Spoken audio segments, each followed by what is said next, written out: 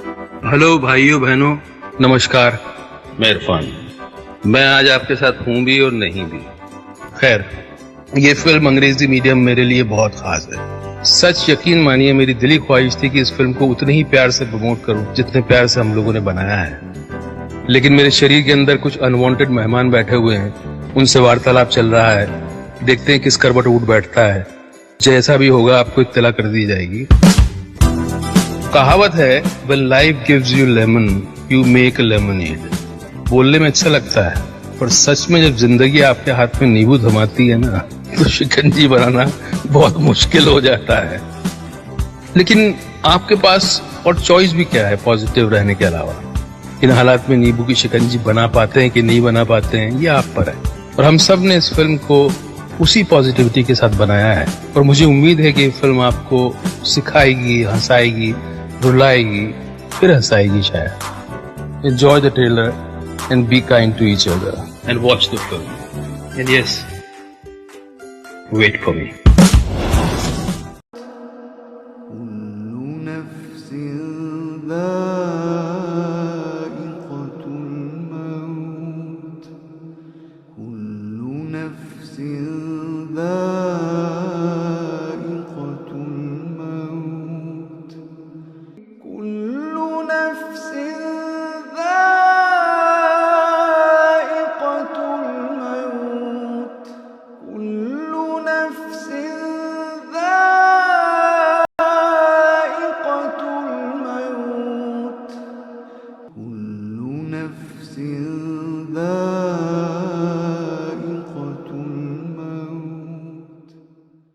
Meet Ali Banat, a friend of mine, a young Muslim born and raised in Sydney, Australia, who has lived quite a successful life. However, it was only recently that his life took a dramatic turn. This is Ali's story. Where are you at now with your life? What's happened to you? At this point of my life, wallah, I've been gifted, alhamdulillah, by Allah, with cancer throughout my body, and I've changed my whole life to sort of helping people. Why do you call it a gift, Ali? And alhamdulillah, it's a gift because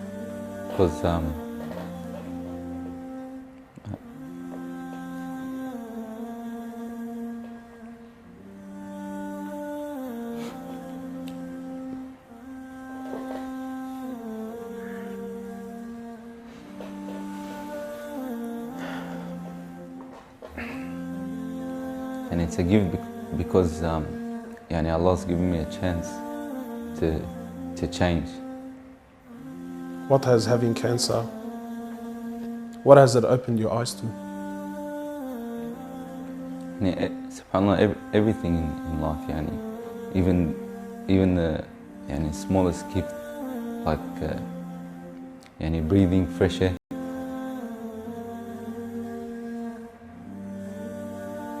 Do you feel like you used to take that for granted before?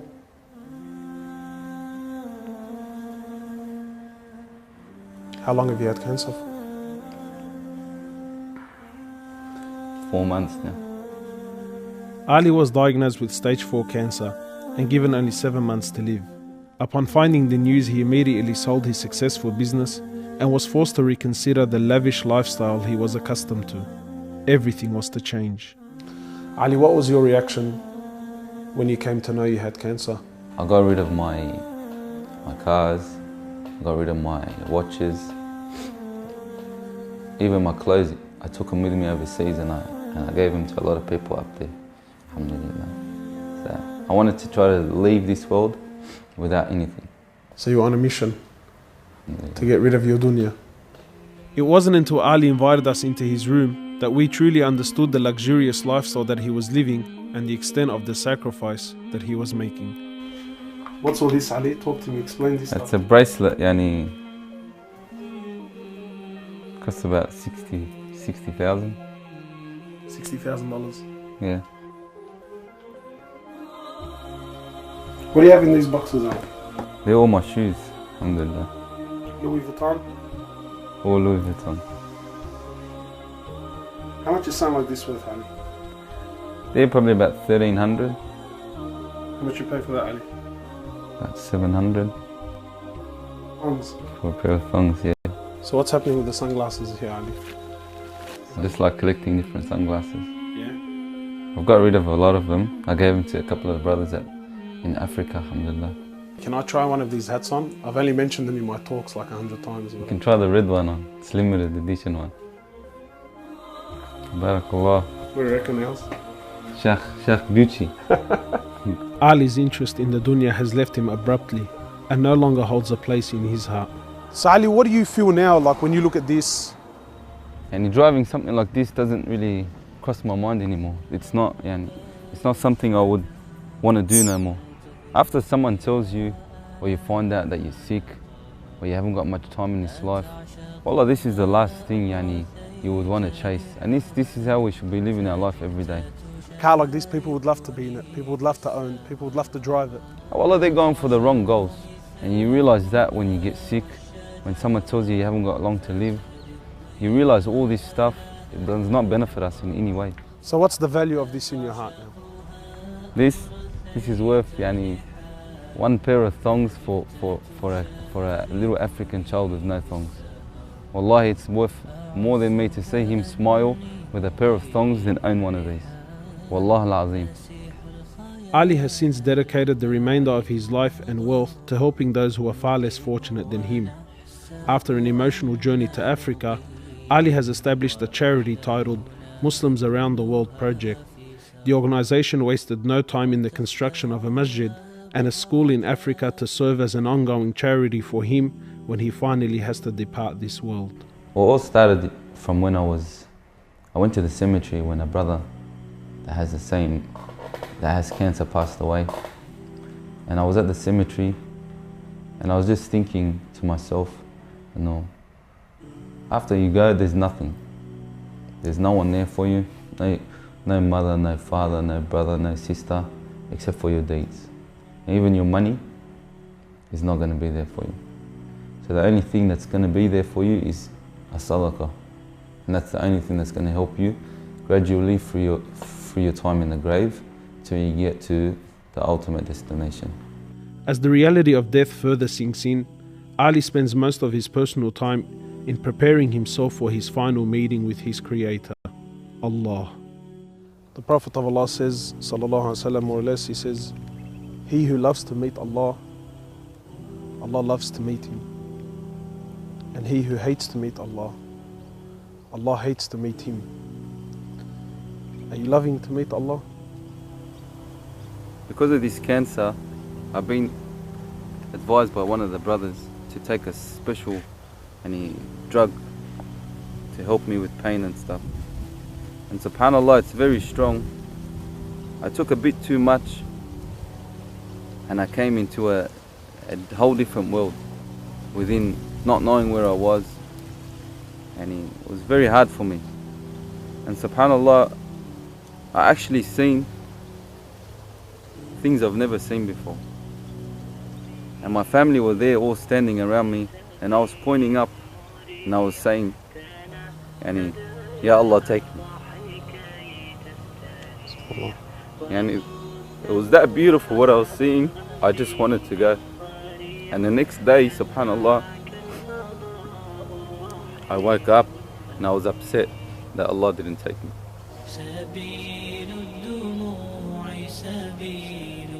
Well, I ask Allah subhanahu wa ta'ala to purify you and to give you shifa, and to keep you around us for a long time. Allah, may Allah subhanahu wa ta'ala reward you.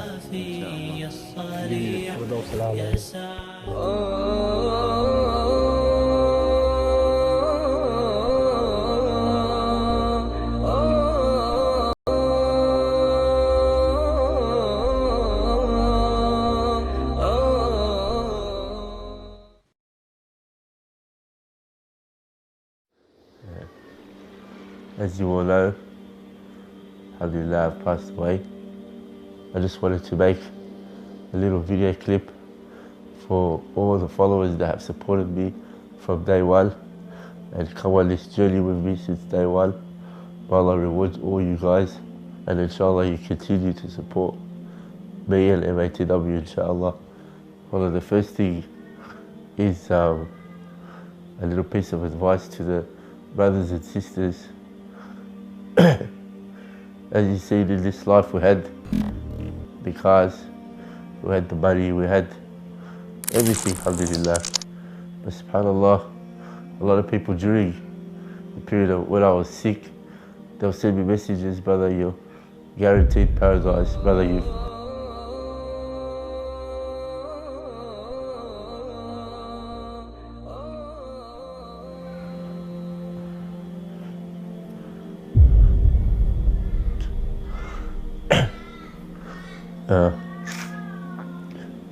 Brother, you've done so much for just the simple blessing that Allah subhanahu wa ta'ala has given us, like waking up in the morning and being able to walk to the bathroom by yourself. So these things slowly got stripped away from me during the last of my life, alhamdulillah. Wallahi, some of us don't get that chance from Allah subhanahu wa ta'ala to know when we're going to pass away. Some of us, and a lot of us, just pass away suddenly.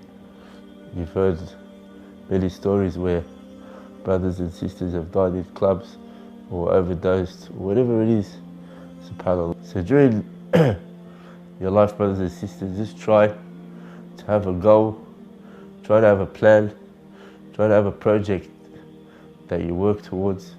Even if it's not you personally doing it and you're funding someone else's projects, just do something, because wallahi you're going to need it on the day of judgment. And for the brothers and sisters that are chasing this life,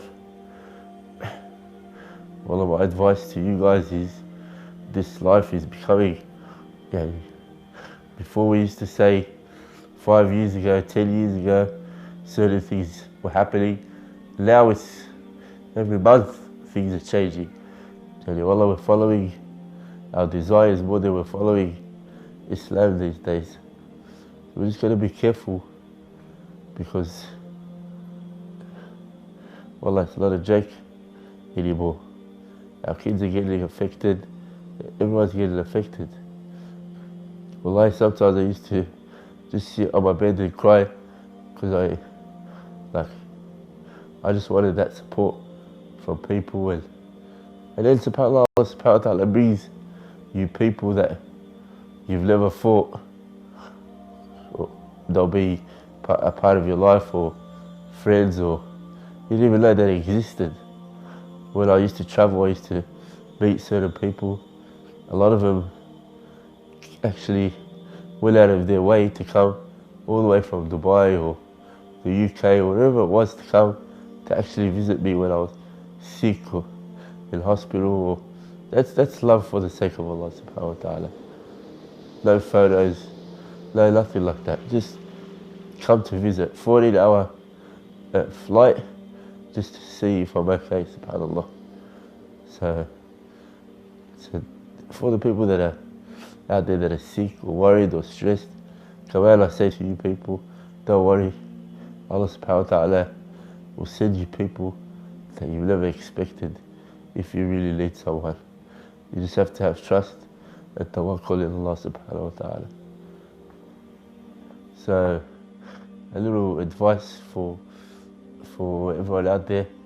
Inshallah, if you can inspire 1, 2, 3 people to do something, remember when you're in that grave, inshallah, then you'll be getting rewarded for everything they've done. That'll help on the day of judgment. So always try to have a project or a plan that you're working towards in this life, inshallah. Inshallah, that'll help us in our grave and the hereafter. Jazakallah khairan wa assalamu alaikum.